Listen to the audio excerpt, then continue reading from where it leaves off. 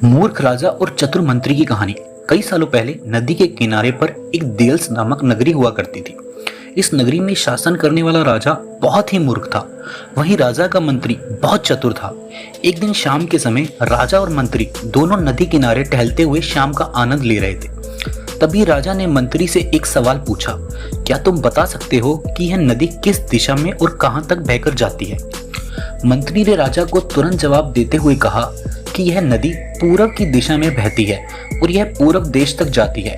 इस पर राजा ने कहा कि वह नहीं चाहता कि हमारे देश का पानी पूरब के देशवासी इस्तेमाल करें।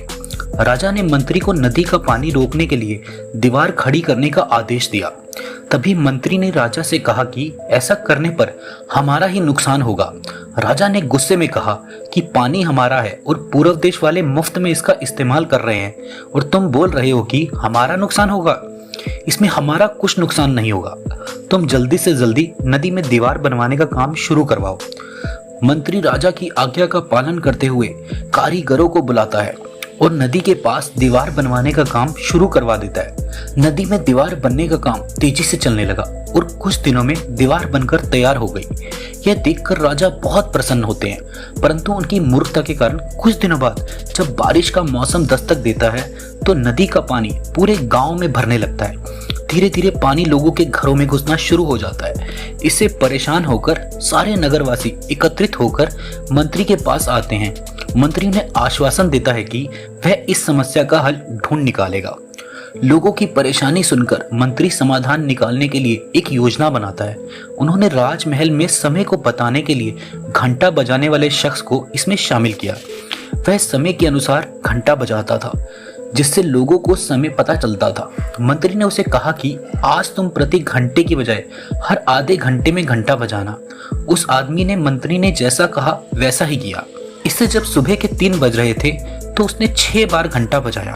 6 घंटे सुनकर राजा और सभी नगरवासियों को लगा कि 6 बज गए हैं और सुबह हो गई है।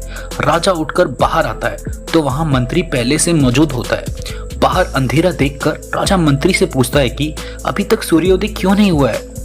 राजा के सवाल का जवाब देते हुए मंत्री ने कहा, महाराज, प्रातःकाल हो चुकी है, पर हमने पूरब दिशा वालों के यहाँ पानी को जाने से रोक दिया है, तो शायद इसीलिए उन्होंने हमारे यहाँ सूर्य की रोशनी को आने से रोक दिया है। इसलिए सूर्य उदय तो हुआ है पर हमारे देश तक रोशनी नहीं पहुंची है। ऐसा लग रहा है कि अब हमारे देश में सूरज की रोशनी कभी नहीं पहुंच पाएगी। यह सुनकर राजा चिंता में पड़ जाता है और मंत्री से पूछता है कि क्या इसका कोई उपाय नहीं है। तब मंत्री उत्तर देता है कि महाराज, अगर आप नदी का पानी छोड़ देते हैं तो हो सकता है कि वो भी सूरज को छोड़ देंगे। इससे राज्य में फिर से रोशनी आ जाएगी। राजा मंत्री को तुरंत नदी की दीवार तोड़वाने का आदेश देता है। मंत्री कारीगरों को नदी पर ले जाकर उन्हें दीवार तोड़ने के लिए कहता है। कुछ घंटों में कारीगरों ने दीवार गिरा दी और तब तक सूरज के निकलने का समय भी हो गया था। सूर्य उदय हो गया। सूर्य की लालिमा देखकर राजा बहुत खुश हुआ और मंत्री को इनाम देने की घोषणा की। राजा ने मंत्री की तारीफ करते हुए कहा कि तुम्हारे कारण हमारे राज्य में फिर से सूर्य उदय हो पाया है और तुमने हमारे राज्य को अंधकार से बचाया है। इसके बाद मंत्री कहता है कि महाराज, यह तो राज्य के प्रति मेरा फर्ज था।